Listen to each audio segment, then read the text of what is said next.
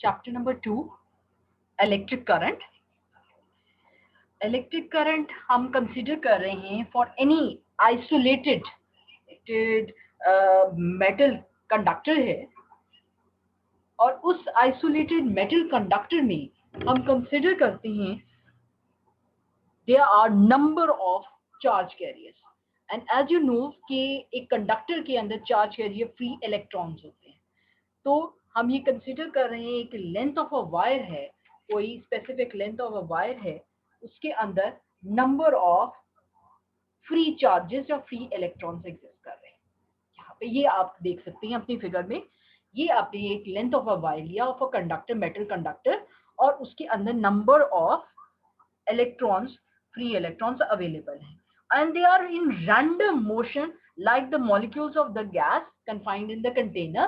जैसे कि molecules of the gas randomly move कर रहे होते हैं किसी भी वेसल में, similarly ये जो फ्री इलेक्ट्रॉन्स हैं ये भी कंडक्टर के अंदर रैंडमली मूव कर रहे होते हैं।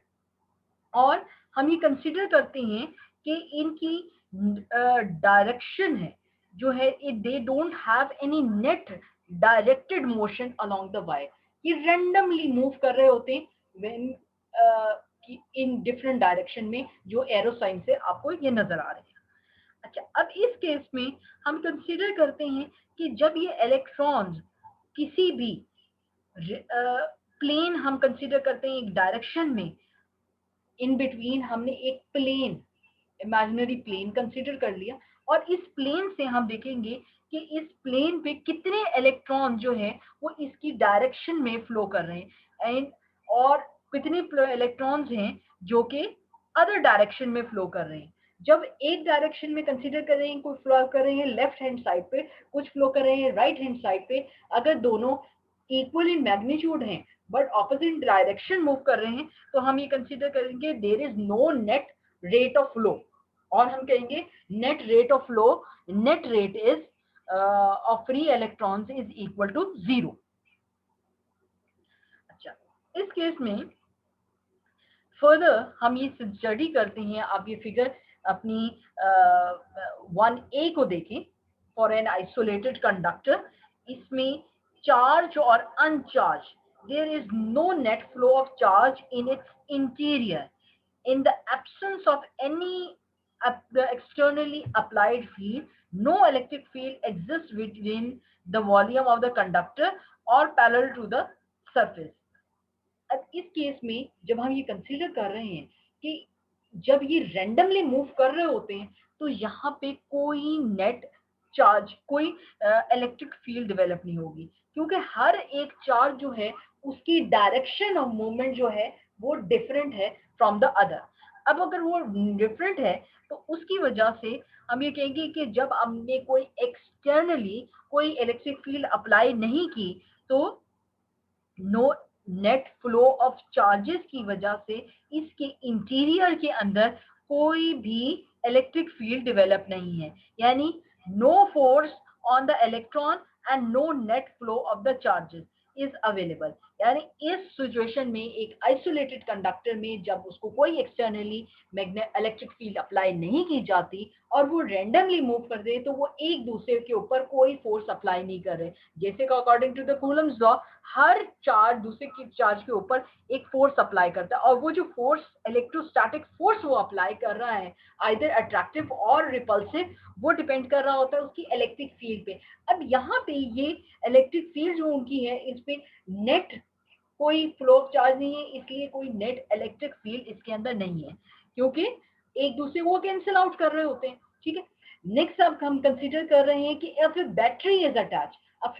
अब बी फिगर देखिए, इसमें बैटरी को अटैच किया है, connected across the ends of the conductor, और इसमें मेंटेन किया जाता है एक पोटेंशियल डिफरेंस ऑफ वी एक पोटेंशियल डिफरेंस मेंटेन किया जा रहा है across the length of the wire L अगर हम कंसिडर करते हैं कि लेंथ ऑफ द वायर है, तो इसमें मैग्नीट्यूड ऑफ इलेक्ट्रिक फील्ड का magnitude will be equal to V by L, यानी मैग्नीट्यूड जो इसमें इलेक्ट्रिक फील्ड और उसकी एक डायरेक्शन डिटरमाइन कर रही है कि ये डायरेक्शन होगी। आपने ये इलेक्ट्रिक फील्ड, अब इसमें आपकी जो इलेक्ट्रॉन्स हैं what they will move, अगर आपने battery, they will move towards the positive terminal of the battery. ठीक है, अब करंट इसमें जो फ्लो होगा, अब यहाँ से नेगेटिव टर्मिनल के जी आपके इलेक्ट्रॉन जो हैं they are directed towards the positive terminal of the battery.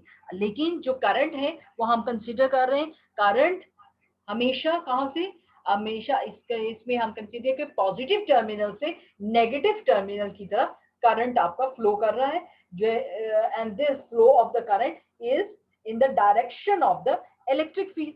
ठीक है, इलेक्ट्रिक फील्ड अब एक्ट करती है इलेक्ट्रॉन पे and they it will give them a net motion in the direction opposite to the E. यानी अपनी इलेक्ट्रिक फील्ड की direction से ऑपोजिट डायरेक्शन के ऊपर इलेक्ट्रॉन्स को वो फोर्स अप्लाई करेगी कि वो मूव करे. If the battery could maintain the potential difference, then the charges would continue to circulate indefinitely. अगर वो V difference जो आपने बैटरी में पोटेंशियल अप्लाई किया है, which is applied across the wire, अगर वो आप V पोटेंशियल मेंटेन रखते हैं तो आपकी जो इलेक्ट्रॉन्स हैं they will indefinitely for indefinite continuously move करते रहेंगे in opposite direction to electric field. In reality, a battery can maintain the current only as long as it is able to convert chemical energy to electric energy. यानी जो battery की chemical energy है जब तक वो electrical energy में convert करती रहेगी इसमें से करंट फ्लो करता रहेगा. एंड हम कंसीडर करते हैं कि बैटरी का जो सोर्स ऑफ एनर्जी है इवेंचुअली जितना इस्तेमाल करते जाएंगे तो केमिकल एनर्जी कंज्यूम होती जाएगी और इवेंचुअली वो खत्म हो जाएगा. तो अगर वो खत्म हो जाएगा तो कभी भी वो पोटेंशियल डिफरेंस V जो है वो कांस्टेंट मेंटेन नहीं रह सकता. तो इवेंचुअली जो फ्लो ऑफ करंट है वो भी डिक्रीज करके खत्म हो जाएगा. The existence of an electric field inside a conductor does not contradict in which we considered E equals to 0 inside a conductor. अब इस केस में जो हम बात कर रहे हैं कि पहले हम ये केस में ये पढ़ चुके हैं कि किसी भी कंडक्टर में जो चार्ज होता है वो चार्ज लाई करता है outside the conductor for any conductor. लेकिन इस केस में ये चीज कॉन्ट्रडिक्ट नहीं कर रही. हम इसमें ये कंसीडर कर रहे हैं कि आपका जो इलेक्ट्रिक फील्ड है, इलेक्ट्रिक फील्ड इनसाइड जो है it is due to the net motion of the charges. अब ये जो net motion of the charges है it states that in which all net motion of the charges has stopped. For electrostatics हम जब consider करते थे तब कोई पोटेंशियल डिफरेंस नहीं होता था और पोटेंशियल डिफरेंस वाज अगर हम दोनों पॉइंट्स पे पोटेंशियल डिफरेंस मेंटेन ना रखें तो इवेंचुअली आपकी इलेक्ट्रिक फील्ड भी इक्वल टू 0 हो जाएगी क्योंकि करंट फ्लो नहीं कर रहा. तो यहाँ पे जो नेट चार्ज है अगर हम कंसीडर करते हैं dq is the net charge which passes through a surface. ये जो आपका सरफेस है इसमें हम कंसीडर करते हैं small amount dq is the charge जो वो पास कर रहा है through a surface at a time interval dt. हम यहाँ पे कंसीडर कर रहे हैं ये आपका कि किसी टाइम dq से जो आपका चार्ज जो है dt small interval of time पे पास कर रहा है तो इलेक्ट्रिक करंट, क्योंकि आपको रिलेशन पता है current is the relation between the charge per unit time, जो flow of charge per unit time, तो उसमें आपका करंट एस्टैब्लिश जो हो रहा है it will be equal to dq over dt. For current in a wire, we take dq to be the charge that passes a cross section in time dt. यानी हम consider कर रहे हैं for the charge कि dq is the charge which passes through this small interval of time. अब electric current जो हमने consider किया, अब नेट चार्ज dq जो फ्लो कर रहा है और उसकी वजह से due to the flow of dq charge एक करंट इस्टेब्लिश हो रहा है. अब इसमें इक्वल हम कंसीडर करते हैं कि equal number for figure A को देखें, इसमें इक्वल नंबर ऑफ इलेक्ट्रॉन्स जो हैं वो इन बोथ डायरेक्शन फ्लो कर रहे हैं. अगर वो बोथ डायरेक्शन पे फ्लो कर रहे हैं तो नेट फ्लो ऑफ चार्जेस जो है that will be equal to 0. एक अगर कंसीडर करें लेफ्ट हैंड साइड पे जा रहे हैं दूसरे राइट हैंड साइड पे तो नेट फ्लो ऑफ चार्ज जो है वो इक्वल टू 0 होगा. लेकिन अगर हम दूसरी एग्जांपल कंसीडर हम ये कंसीडर करेंगे ये एक अपनी न्यूट्रल मोड पे है न्यूट्रल है, इसमें इलेक्ट्रिक करंट जो है it is electrically neutral molecules, जो कि आपके हम कंसीडर करते हैं किसी भी सरफेस में कैरी इक्वल पॉजिटिव और नेगेटिव चार्जेस होंगे, तो हम ये कंसीडर कर रहे हैं कि उसमें net flow of charges will be equal to zero, क्योंकि उनकी डायरेक्शन जो है वो एक जगह एक डायरेक्शन में नहीं है। अच्छा, अब इस लिहाज से हम जब बैटरी अप्लाई करते हैं तो बैटरी अप्लाई करने के बाद अब ये देखेंगे कि आप देख रहे हैं कि चार्जेस जो हैं वो फ्लो कर रहे हैं and they are flowing in one direction, so there will be a net flow of charge, और due to net flow of charge there current will be establish, और करंट जब इस्टेब्लिश होगा तो हम ये कंसीडर देखेंगे कि नेगेटिव से पॉजिटिव की तरफ ये डायरेक्शन उसकी मूवमेंट है, और इस नेगेटिव से पॉजिटिव डायरेक्शन की मूवमेंट में हम फ्लो ऑफ करंट को देखेंगे कि आपकी ये जो चार्जेस हैं they will be moving towards the positive terminal of the battery and the current will B is in the direction of the electric field. अब इस केस में हम जब नेट चार्ज जो पास कर रहा है उसको डिटरमिन करना है, इन ऑर्डर टू डिटरमिन कि कितना नेट चार्ज उसमें से फ्लो कर रहा है उसको हम इंटीग्रेट कर लेंगे। फर्स्ट ऑफ ऑल आपको पता है कि करंट की जो यूनिट्स हैं it is equal two ampere, और एम्पियर जो है वो कूलम पर सेकेंड होता है। अब नेट चार्ज जो पास कर रहा है उसको हम डिटरमिन करते हैं Q is equal to integral of I D T. I D T इसमें इंटीग्रेशन किस पे लेंगे, टाइम पे लेंगे कि जीरो इंटरवल से किसी टी इंटरवल ऑफ टाइम तक आपका इंटीग्रेट हम करते हैं, उस टाइम इंटरवल में कितना अमाउंट ऑफ चार्ज जो है फ्लो किया, और उन फ्लो ऑफ चार्जेस के नतीजे में हमें इस आइसोलेटेड कंडक्टर के अंदर से करंट फ्लो करता है। ठीक है, अब ये जो करंट फ्लो कर रहा है इसकी वैल्यू जो है that is determined to be the Q by T. Q is the net charge passes through any interval of time t. हम ये कंसीडर करते हैं ये आपके पास रिलेशन आ गया फॉर एन इलेक्ट्रिक करंट।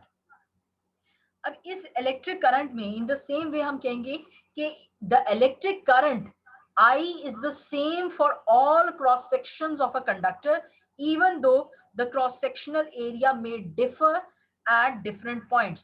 अब क्रॉस सेक्शनल, अब ये जो फ्लो ऑफ का हम करंट है, हम फ्लो ऑफ चार्जेस की वजह से करंट आई आ रहा है, it is the same for all the conductors, हम ऑल द कंडक्टर्स को, और वो किसी भी क्रॉस सेक्शन एरिया के होंगे उसके लिए ये सफिशिएंट है।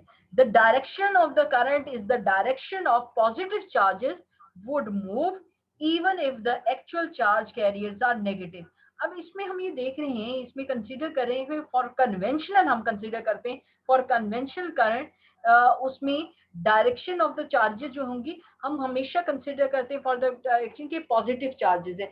जब भी आप ये देख रहे हैं कि इसमें करंट की डायरेक्शन जो है, करंट की direction is from positive terminal to the negative terminal, क्योंकि conventional current is due to the positive, irrespective के कंडक्टर के अंदर फ्री इलेक्ट्रॉन्स होते हैं, तो लेकिन फॉर द कन्वेंशनल करंट हम कंसीडर करते हैं कि पॉजिटिव चार्जेस हैं उनकी मूवमेंट की डायरेक्शन देखी जाएगी, और हम ये हमेशा हम देखते हैं कि पॉजिटिव चार्ज की मूवमेंट जो है ऑलवेज ऑपोजिट होती है इन the direction of the electrons.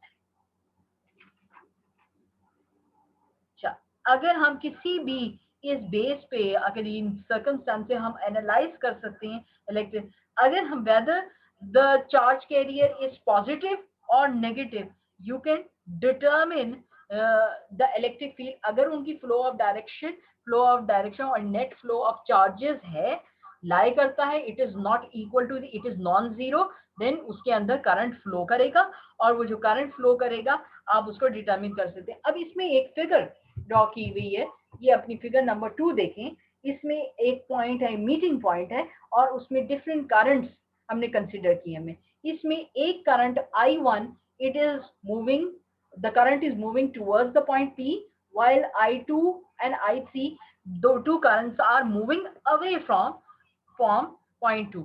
So according to the Kirchhoff first rule, Kirchhoff first rule क्या कहते हैं कि आपका नेट करंट जो है, current flowing towards that point is equivalent to the net current flowing away from the point. तो इस लिहाज से हम ये कंसीडर करेंगे कि आपका जो I1 करंट है, it is equivalent to the sum of the current flowing away from that point. So इसको हम इस रिलेशन से by using the Kirchhoff first rule को हम ये कंसिडर कर सकते हैं.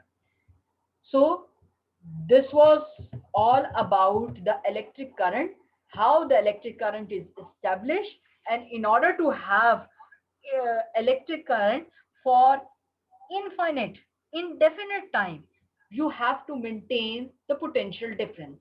And अगर आपने उस बैटरी के साथ कन्वर्जन कर रहे हैं केमिकल एनर्जी से इलेक्ट्रिकल एनर्जी में, so it is difficult to maintain that potential difference. सो आपका वो करंट कभी भी इससे इनडेफिनेट टाइम के लिए वो मेंटेन नहीं हो सकता सर्किट में. सेकेंड थिंग कि ये जो करंट फ्लो कर रहा है it depends upon the flow of charges. अगर फ्लो ऑफ चार्जेस एक सेम डायरेक्शन में होंगे तब आपके पास नेट फ्लो ऑफ चार्जेस आएंगी. अगर वो डिफरेंट रैंडमली डायरेक्शन में मूव करेंगे then there will be no net flow of charge. Okay, and next is irrespective of the cross sectional area. Cross sectional area कोई भी हो आपका नेट फ्लो ऑफ चार्जेस जो हैं वो सेम रहेंगे थ्रू आउट. के अगर आपकी वो मेटल की जो वायर है उसका क्रॉस सेक्शनल एरिया डिफर भी करता है तब भी आपके पास वो flow of charges same maintain रहेंगे.